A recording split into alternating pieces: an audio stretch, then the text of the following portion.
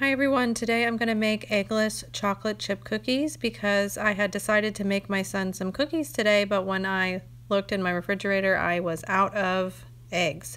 So I found a recipe online and I will link the website that I found this recipe from in the description box, and I'm just going to go over the ingredients with you real quickly.